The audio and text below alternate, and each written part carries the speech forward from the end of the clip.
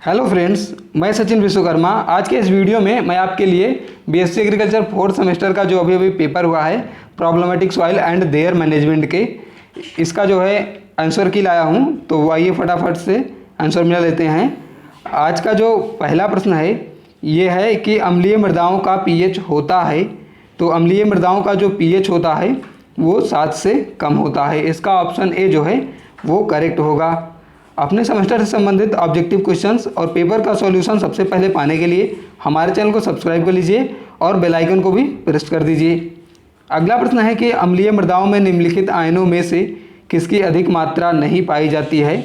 तो इसमें जो है मैग्नीशियम की अधिक मात्रा नहीं पाई जाती है। ऑप्शन डी करेक्ट होगा। अगला प्रश्न है कि निम्नलिखित पदार्थों में से कौन भूमि सुधारक के रूप में प्रयोग किए जा सकते हैं। तो ये जो है जिप्सम, पायराइट और चूना, ये सभी प्रयोग किए जा सकते हैं। इसमें ऑप्शन डी करेक्ट होगा, उपयुक्त सभी। अगला प्रश्न है कि चूना को किस मृदा के भूमि सुधार में प्रयोग करते हैं। तो चूना को अम्लीय भूमि के सुधार में प्रयोग किया जाता है। ऑप्शन सी सही है।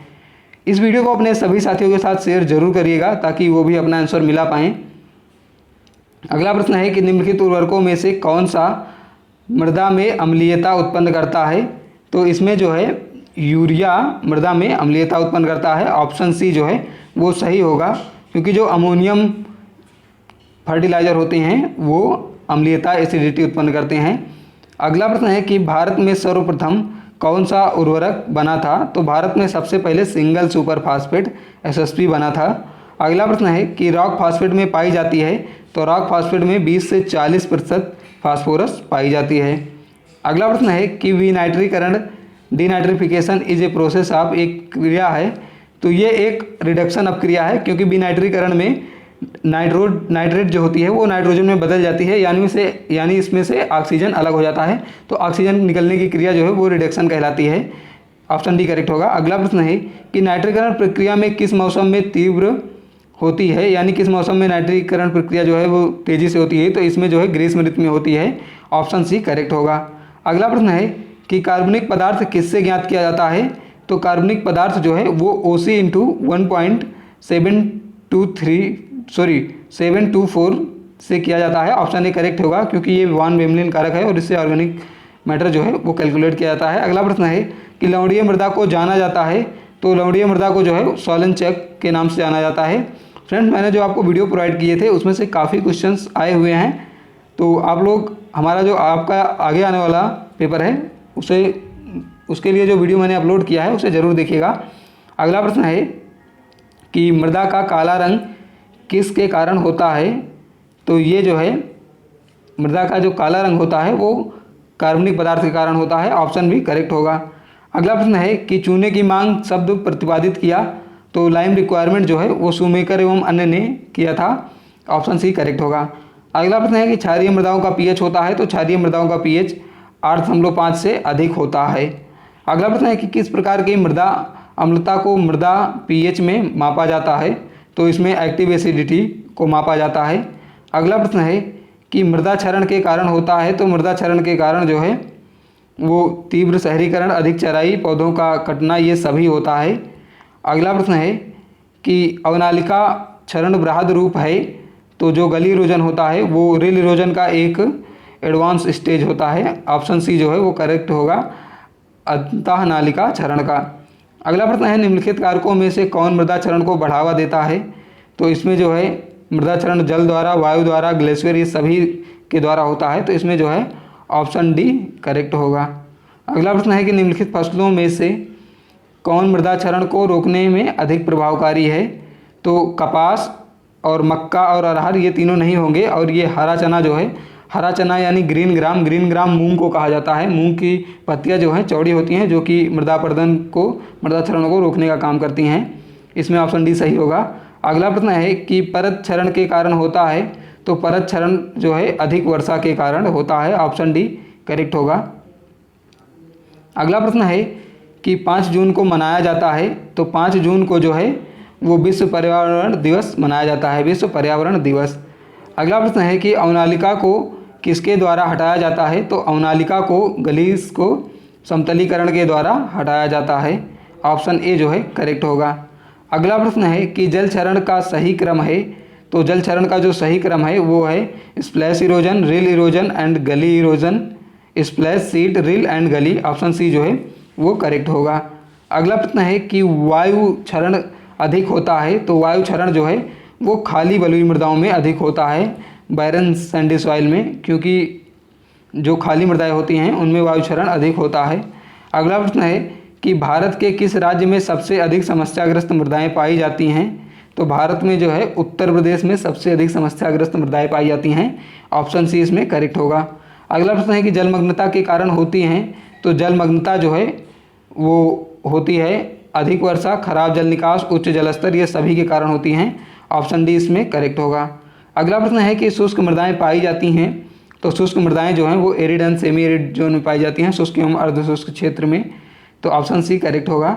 अगला प्रश्न है कि निम्नलिखित में से कौन सा वायु क्षरण का प्रकार नहीं है, तो इसमें उत्परिवर्तन यानी साल्टेशन, सरफेस क्रीप और सस्पेंशन, ये तीनों जो है विंड इरोजन के प्रकार हैं, लेकिन जो बहिर्वेधन एक्सट्रूजन है ये नहीं है, तो ऑप्शन ए इसमें सही होगा। अगला प्रश्न है कि मृदा उपयोगिता वर्गीकरण के अनुसार कृषि कार्य के लिए कौन सा वर्ग अनुपयोगी है, तो इसमें जो वर्ग 5 से 8 है ये कृषि कार्यों के लिए अनुपयुक्त होता है। ऑप्शन सी करेक्ट होगा। अगला प्रश्न है कि लवण प्रतिरोधी फसल है, तो लवण प्रतिरोधी फसल जो है ये होती है बार्ले जो होती है। ऑप्शन सी इसमें करेक्ट होगा। अगला प्रश्न है कि पीएच शब्द प्रतिपादित किया था, तो पीएच शब्द जो है वो सोरेनसन ने दिया था। अगला प्रश्न है कि जब पीएच का सांद्रण 1×10⁵ है तो पीएच होगा, तो पीएच जो है 5 होगा, इसमें जो है ऑप्शन बी करेक्ट होगा। अगला प्रश्न है कि विनिमयशील सोडियम बटे धनायन विनिमय क्षमता ×100 से सूत्र से ज्ञात किया जाता है, तो इससे जो है ईएसपी ज्ञात किया जाता है, एक्सचेंजेबल सोडियम परसेंटेज ज्ञात किया जाता है। अगला प्रश्न है कि निम्नलिखित में से कौन सा सुमेलित नहीं है, तो फ्रेंड्स इसका जो है आंसर हमें अभी तक नहीं मिल पाया है, तो आप लोगों को पता हो, सॉरी इसका आंसर होगा गेहूं में जो है वो 4 से 5 पीएच नहीं होता है, गेहूं के लिए उपयुक्त पीएच जो है वो 6.5 से 7 होता है, तो ऑप्शन डी इसमें सही होगा। अगला प्रश्न है कि निम्नलिखित में से अधिक लवण प्रतिरोधी क्षमता वाली फसल है, तो इसमें जो है सबसे अधिक जो लवण प्रतिरोधी क्षमता वाली फसल है वो है कपास। ऑप्शन डी इसमें करेक्ट होगा। अगला प्रश्न है कि अम्ल वर्षा का कारण है, तो अम्ल वर्षा का कारण होता है ये carbon monoxide, nitrogen oxide, sulphur oxide, ये सभी होता है। ऑप्शन डी इसमें करेक्ट होगा। अगला प्रश्न है कि उबड़ खाबड़ क्षेत्रों में सिंचाई की सही विधि है, तो उबड़ खाबड़ क्षेत्रों में सिंचाई की सही विधि होती है टपक सिंचाई, drip irrigation. Option C correct होगा। अगला प्रश्न है कि मृदा कणों के विकर्णी पिंडन के लिए आवश्यक तत्व है, तो इसमें जो है सोडियम होता है। ऑप्शन डी करेक्ट होगा।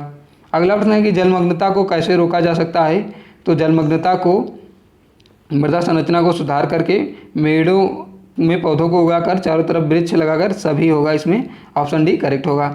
अगला प्रश्न है कि भारतीय मृदा विज्ञान संस्थान स्थित है, तो भारतीय मृदा विज्ञान संस्थान जो है वो नागपुर में स्थित है। ऑप्शन बी वो जो है भोपाल में स्थित है। ऑप्शन सी इसमें करेक्ट होगा, ये भोपाल में स्थित है। अगला प्रश्न है कि शुष्क मृदाएं पाई जाती हैं, तो शुष्क मृदाएं जो है वो एरिडीसॉल में पाई जाती हैं, एरिडीसॉल। ऑप्शन सी करेक्ट होगा। अगला प्रश्न है कि निम्नलिखित में से कौन सा सुमेलित नहीं है, तो इसका जो है आंसर अभी तक नहीं मिल पाया है, तो आप लोगों को पता हो तो कमेंट बॉक्स में ज़रूर बताइएगा। अगला प्रश्न है कि निम्नलिखित में से कौन सा सुमेलित नहीं है, तो इसमें जो है कैल्साइट CaCO3 ये इसका सूत्र है, डोलोमाइट CaMgCO3 का होल ट्वाइस ये भी इसका सूत्र है, और बिना बुझा चूना कैल्शियम ऑक्साइड ये भी इसका सूत्र है, लेकिन बिना बुझा हुआ चूना इसका सूत्र होता है CaOH का होल ट्वाइस कैल्शियम हाइड्रोक्साइड, तो ये जो है सुमेलित नहीं है। ऑप्शन डी इसमें करेक्ट होगा। अगला प्रश्न है कि एसिड सल्फेट मृदा को इस रूप में जाना जाता है, तो एसिड सल्फेट मृदा को जो है क्ले कैट के रूप में जाना जाता है, कैट क्ले के रूप में। ऑप्शन सी इसमें करेक्ट होगा। अगला प्रश्न है कि लवणीय मृदाओं में पाया जाता है, तो लवणीय मृदाओं में जो है कैल्शियम एवं मैग्नीशियम के क्लोराइड एवं सल्फेट लवण पाए जाते हैं। ऑप्शन ए इसमें करेक्ट होगा। अगला प्रश्न है कि जिप्सम की मांग जिप्सम रिक्वायरमेंट का सूत्र है, तो इसमें जो है ये होगा कि ESP initial minus ESP final upon CEC into 100। Option A जो है वो करेक्ट होगा। अगला प्रश्न है कि CSSRI स्थित है, CSSRI तो ये जो है स्थित है, इस्टेब्लिश्ड किया गया, यानी कब इसकी जो है स्थापना की गई, तो इसकी स्थापना जो है वो 1969 में की गई थी। ऑप्शन बी इसमें करेक्ट होगा। अगला प्रश्न है कि राष्ट्रीय मृदा सर्वेक्षण एवं भूमि उपयोग योजना ब्यूरो का मुख्यालय स्थापित है, तो ये कहाँ स्थापित है, तो इसका जो आंसर होगा वो हो जाएगा नागपुर। ऑप्शन ए जो है वो करेक्ट होगा, ये नागपुर में स्थापित है। अगला प्रश्न है कि शुद्ध पानी का पीएच होता है, तो शुद्ध पानी जो है उदासीन होता है, इसका पीएच 7 होता है। ऑप्शन ए करेक्ट होगा। अगला प्रश्न है कि शुद्ध पानी का रंग होता है, तो शुद्ध पानी का रंग होता है रंगहीन होता है, पानी का कोई भी रंग नहीं होता है। अगला प्रश्न है कि सिंचाई जल की विद्युत चालकता होती है, तो सिंचाई जल की जो विद्युत चालकता होती है वो जो है 1 डेसीसाइमन्स पर मीटर से कम होती है। ऑप्शन ए करेक्ट होगा। अगला प्रश्न है कि ब्लू बेबी सिंड्रोम किसके कारण होता है, तो ब्लू बेबी सिंड्रोम जो है वो नाइट्रेट के विषैलापन के कारण होता है, toxicity of nitrate. Option B correct होगा। अगला प्रश्न है कि जलमग्नता का प्रभाव है, तो जलमग्नता का प्रभाव है इसमें ऑप्शन ए है वायु संचार का खराब होना, मृदा ताप का गिरना, पोषक तत्वों का निच्छालन, तो ये सभी होगा। ऑप्शन डी करेक्ट होगा। आपको वीडियो अच्छा लग रहा हो, अगर आपको वीडियो से कोई हेल्प मिल रही हो तो आप लोग वीडियो को प्लीज़ लाइक कर दीजिएगा और चैनल को सब्सक्राइब नहीं किया है तो सब्सक्राइब जरूर कर लीजिएगा। अगला प्रश्न है कि लवणों की सफ़ेद परतें मुख्यतः किस मृदा में पाई जाती हैं, तो ये जो है लवणीय मृदा में पाई जाती हैं, सैलाइन सॉइल में पाई जाती हैं। इसमें ऑप्शन ए करेक्ट होगा। अगला प्रश्न है कि मृदा कणों का एक स्थान से दूसरे स्थान पर हस्तांतरण कहलाता है, तो ये क्या कहलाता है, तो ये जो है सॉइल इरोजन कहलाता है, मृदा क्षरण कहलाता है। अगला प्रश्न है कि H+ सांद्रण के व्युत्क्रम लघुगणक जाना जाता है के रूप में जाना जाता है, तो इसे जो है pH। ऑप्शन सी इसमें करेक्ट होगा। अगला प्रश्न है कि SAR यानी सार का सोडियम एब्जॉर्प्शन रेशियो कैलकुलेट किया जाता है, तो ये जो है सार SAR बराबर Na/√Ca++ इसमें जो है ऑप्शन ए करेक्ट होगा। अगला प्रश्न है कि विद्युत चालकता मापने की इकाई है, तो इसमें विद्युत चालकता मापने की इकाई मिली होज पर सेंटीमीटर होती है। ऑप्शन ए करेक्ट होगा। अगला प्रश्न है कि पीएच ज्ञात करने के लिए कौन सी विधि का प्रयोग किया जाता है, तो पीएच ज्ञात करने के लिए जो है रंगमापी एवं ग्लास इलेक्ट्रोड, प्रमाणित प्रत्यारोधन विलयन, बफर सॉल्यूशन मेथड सबका प्रयोग किया जाता है। ऑप्शन डी इसमें सही होगा। और लास्ट प्रश्न है कि उत्तर प्रदेश के किस जिले में लाल मृदाएं पाई जाती हैं, तो ये जो है सभी में पाई जाती हैं। ऑप्शन डी इसमें करेक्ट होगा। तो आप लोग कमेंट बॉक्स में जरूर बताइएगा कि आप लोगों को कितने क्वेश्चन सही हुए हैं।